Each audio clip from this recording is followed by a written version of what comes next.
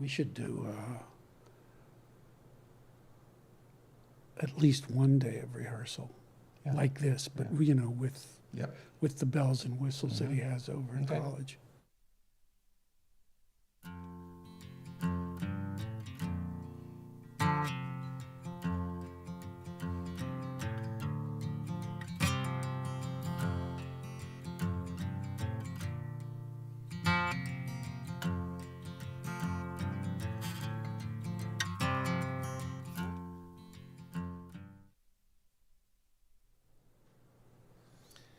It's Friday morning.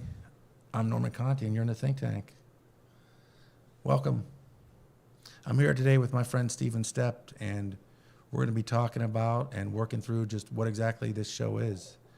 We're going to tell you about our experiences in the Elsinore Bennu think tank for restorative justice that emerged from the Inside Out Prison Exchange program. We're going to tell you about the people we met, the work we've done, and what's come out of it.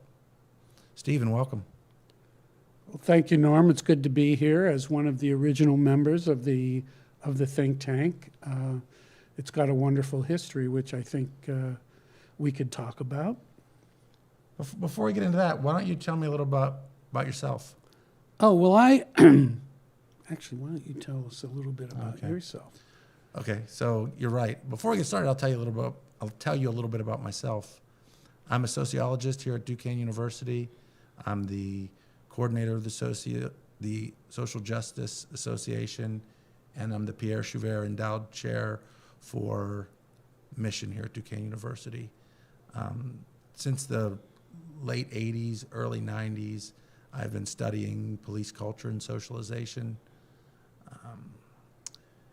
In the mid-2000s, 2007, actually, I got involved with a program called Inside Out, the prison exchange program that takes university students inside a prison to learn with incarcerated men or women. One of the really interesting parts of that program was the spontaneity. Even though it's a very confined environment, very contained, very structured program, you have to be always on your toes and always thinking. The first time we did the class, we drove an hour and a half away from campus to a prison called SCI Crescent. We took 15 graduate and undergraduate students from Duquesne to Crescent to have a course with 15 men incarcerated there. That was a great experience. The distance made it hard to replicate it, so we moved to the county jail, which is just over the hill back here, and we did it there for a number of years. And then in the fall of 2011, there was an election in Allegheny County, and we got a new chief executive, and we were kicked out of the jail immediately because no one wanted to take responsibility for the program. So we scrambled, and we got into SCI Pittsburgh, a facility located on the north side that had been closed and reopened, and we were able to, in a number of weeks, get 20 students into that facility to take classes with the men. It's very powerful to be with men serving life sentences. I always make the comparison that the guys in the county jail are a lot like undergraduates or freshmen, and the guys in the prisons that are doing life are like graduate students. So we ran a couple classes there. The men were fascinating. The men were engaged. The men wanted to do more and contribute more to society. So we formed a think tank at the end of our courses and started meeting every Friday, 8:30 to 10:30. And at first it was 6 men serving life sentences and myself. Eventually, undergraduate students started coming in with us. Artists and activists and faculty started coming in, and the thing grew to about generally maybe like 12 every week. And one of the first people to come in was my friend Stephen, and I'm going to ask him to say a little bit about himself. Hi, good morning. I joined the think tank. Norm invited me to come in, and I came in as a filmmaker because I have been interested in a documentary about the Inside Out program. Well, unfortunately, that never happened, but the bow on the gift for me was the think tank itself. And I came in and was just blown away by the level of intelligence, the level of deep thinking that these men had about how our society functions. The justice system and the police community relations. And we had many conversations over several years about how to get the police and the community to work together. And thus the think tank came to be. So, Stephen, tell me about your first time walking into the prison. What do you remember? Well, the thing I remember most is going through security. And of course, that's the first thing you do when you come into the prison. Then there was the walk through the yard, and it was fascinating. Everybody was very friendly. They were glad to see us. They wondered why we were there. And then we were escorted into a small room with a table. And the six incarcerated men were waiting for us, which was really cool. It was like we were being greeted by the royalty of this group. So we sat down and did lots of introductions, and at first I felt like, I don't know if I'm up to this. I don't know. I don't mean energy-wise, but I don't know if I'm really smart enough about these subjects to do it. And believe me, I got enough degrees to choke a horse or to turn up the alphabet. Anyway, we came together and began talking about who we all were, to some degree what their sentences were. We didn't necessarily talk about their crimes, at least at first, the crimes that got them there. But it was, I was hooked. I was hooked from the very beginning. These men became, and I'm being totally sincere about this, they became my best friends in Pittsburgh. I had only recently moved to Pittsburgh. I grew up here, but had been away for decades. Came back, met Norm, came to the think tank, and those were the guys I spent the most time with on a regular basis. And, I won't say it was love at first sight, but it became love. It really did. So there's a second part to that question that occurred to me. Maybe there's two questions, but the second part is not necessarily the first day, but what did it feel like after the love story is moving through, and it's Valentine's Day, for moving through the love story? What did it feel like when you leave the prison? It was horrible to leave the prison. It was horrible walking out and leaving those guys in there. Always horrible. It was just, I felt so bad because these are men who should be on the outside, working with the community, bringing their intelligence to Pittsburgh and to the police community relations. Every week it was the same thing for me. Walking out was just the worst. And also feeling like, why do I get to be out here? And those guys have to go back to their cells when we are so equal in what we do that leaving the prison every Friday was always a hard thing for us.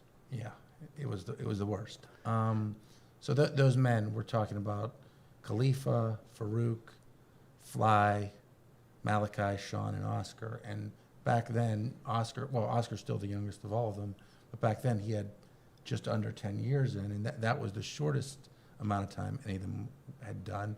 On the further end, you had guys like Khalifa and Farouk, who back then had 36 years in, and that just seemed like an insane amount of time. And the feeling was, because it's interesting, like, well, why do I get to leave and they have to stay? a cynic might say, well, because they killed someone or a couple people, right? But the reality is knowing those men and understand the decades, right? For, our friend Khalifa died in prison. Farouk ended up doing 44 years. That's just an insane amount of time, and I'm not sure what you do with that. He was originally, they were all had long sentences, and always the feeling of depriving our community from their presence was something I felt and grew every week as we got into some serious discussions. They weren't all pleasant. There was some battles going on there, but it was always a full experience. Always a full experience. So had you met life sentenced men? Have you ever met anyone serving a life sentence before? Well, I had been to an Inside Out training. Yeah. Because I learned about the Inside Out program and wanted to do a documentary about it, which never came to fruition. I should point out, you're doing it right now. That's what this whole thing is. Well, there you go. Finally, it is coming to fruition. Yeah. But I it was in Philadelphia, went to an Inside Out training there, met guys with different long sentences. And they had been doing this Inside Out program. They were the inside mentors, so to speak. And it was a mind-blowing experience to be in there for, I guess it was 3 days, to do projects with them, to, again, to be in the, you could call it the gracious presence of people who knew so much and felt so much. It was extraordinary. So that's when, and that was in 2008, 8 or 9. And when I was referred to you in Pittsburgh, and then we got together, then it became a really rich experience for me. And you got pulled through the looking glass from a guy trying to make a movie to being part of the movie. To being part of the movie, so to speak. Yeah. And that was even better. Yeah. That was even better. And one of the, I don't know if we should be going this far into it, but there were many projects that we all did together.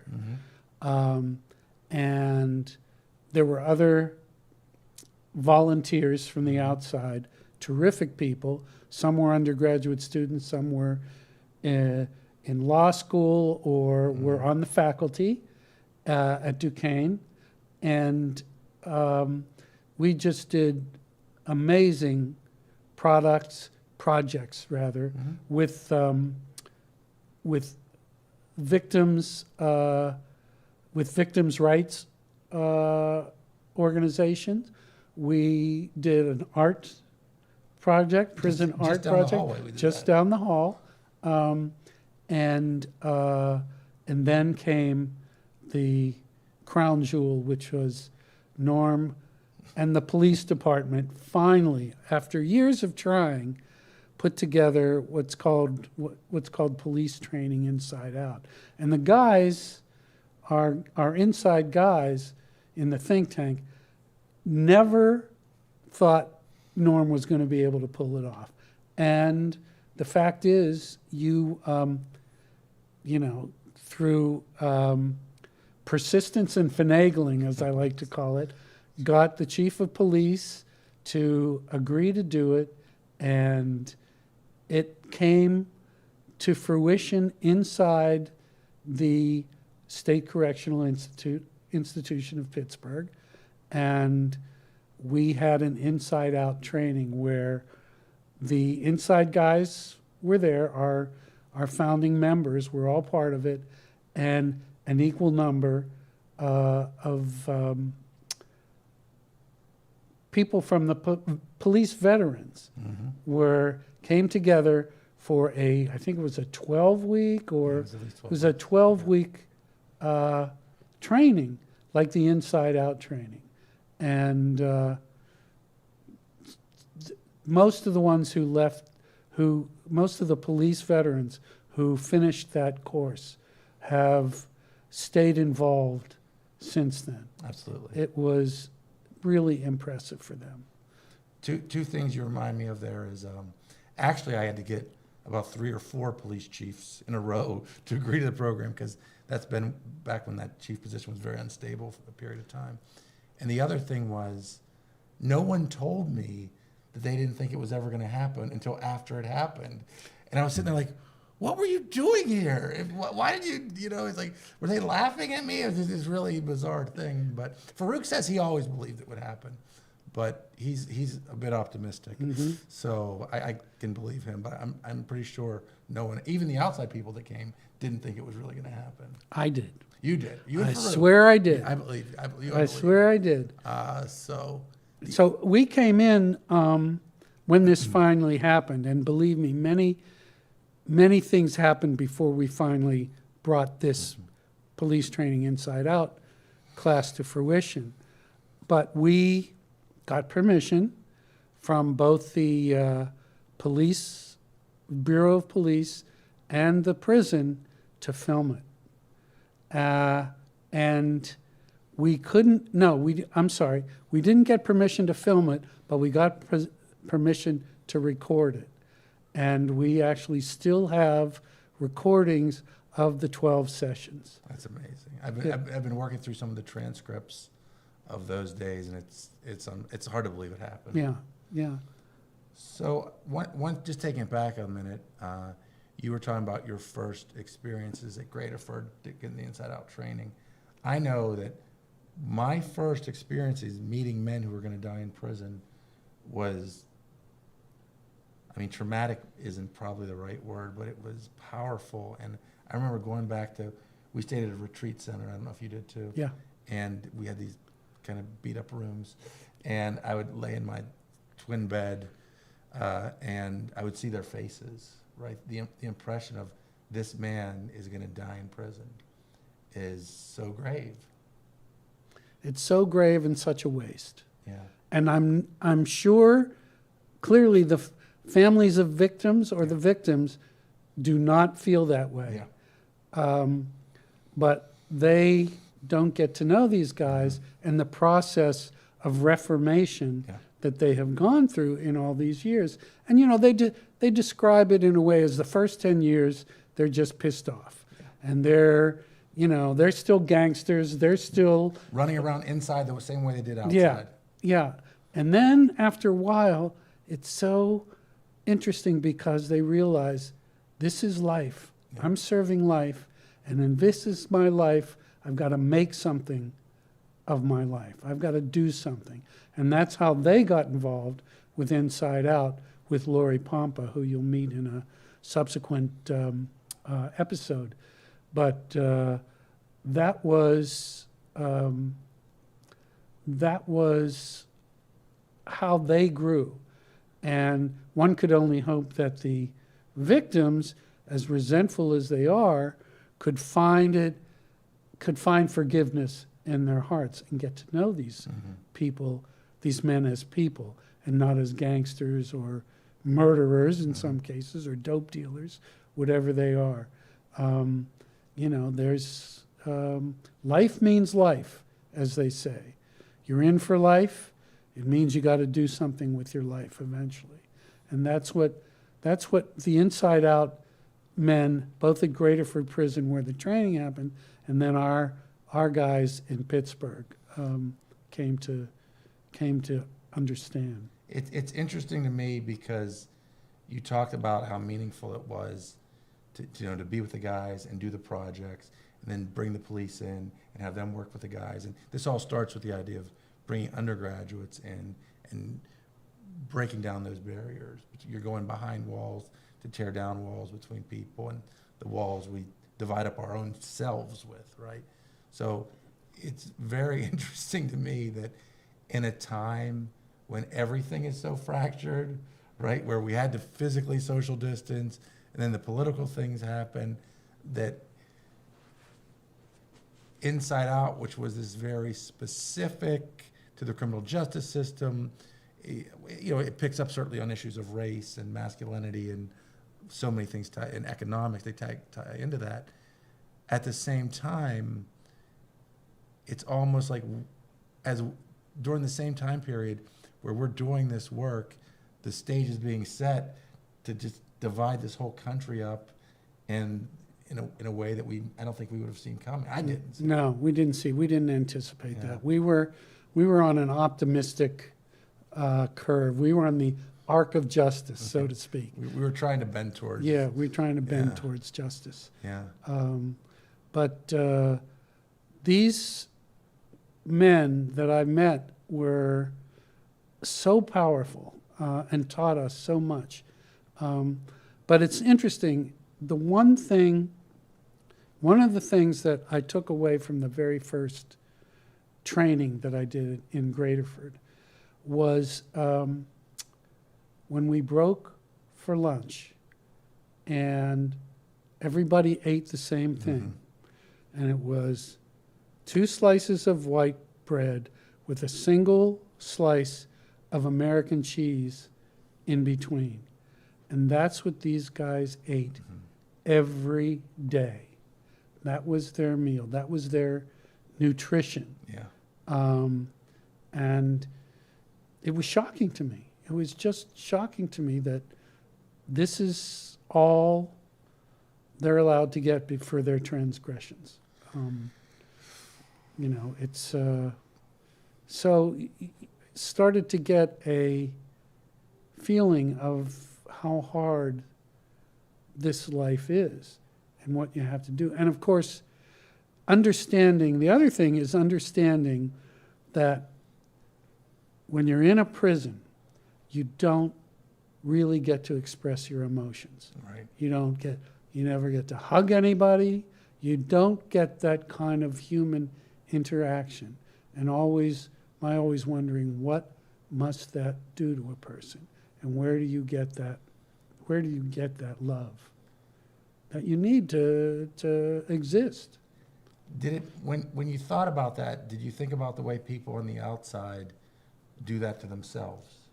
Right? The way we on the outside isolate ourselves and find ways in situations where it's not okay to have emotions, and just the way that this world that you and I live in reflects what a prison is sometimes. Well, I'll be honest. I did not translate it that way, but I know that you did. I know that you did. That you do. But it was a revelation that I will take with me always. It's interesting because I think my lunch when we were in Graterford, I know one time it was like you got a little packet of peanut butter and a packet of jelly, and you would make or else it was maybe a little cup of tuna fish salad or something. And you kind of assembled your own a little sandwich, and it was so bad. And one of the genius things about Inside Out is even just that little meal helps the whole experience get inside of you physically. And then there's, you've spent the days and you're having the last meal you're going to have with the guys, and there's extra chips or something, right? And these guys, you just watch these guys scarfing down this garbage food, and they're so happy to have it because the extra chips or whatever they wouldn't have on a normal. And you're like, you can't be halfway conscious and not just completely disturbed by it. Right. And one of the things is some of these things that we had for our lunches, they were so bad you had to force yourself to eat them. Yep. And then you want to go, I don't want to eat this. And then you go, wait a minute. Yep. This is what these guys eat every day. Yep. Damn it. You're going to eat this, even though it's not your cuisine of choice. Yeah. And you're hungry because you're in the prison. You come to the prison first thing in the morning. You're going to be there until 4 o'clock probably, and this is the only food you're going to get. Right. Yeah. So it is a life of physical and emotional deprivation. Yeah. And it's not really designed to rehabilitate, even though that's what they always say. No money is really being put into restorative justice, and that is, again, part of what the think tank is about: restorative justice and understanding what restorative justice is. And one of those things is to have the state restore justice by, is that Ricky? Is have the state restore justice by educating the incarcerated people and letting them work for at least a wage that they can amass something when they get out, or can at least afford anything, and that's just not how it works. Ladies and gentlemen, little Stevie Wonder.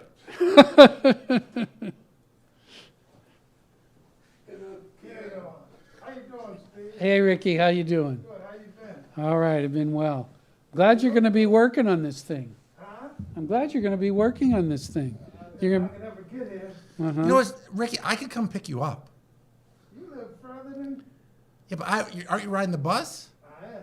Well, I think my car will be faster than the bus. Probably would be. I've been en route for like 2 hours. That's ridiculous. Yeah.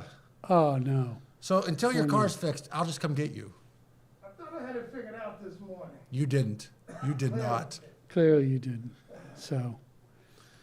Okay. I have to walk like a mile and a half to 2 to get to the bus. And at your height, that's like 3 miles. Oh, see. Ooh. You see, Ooh.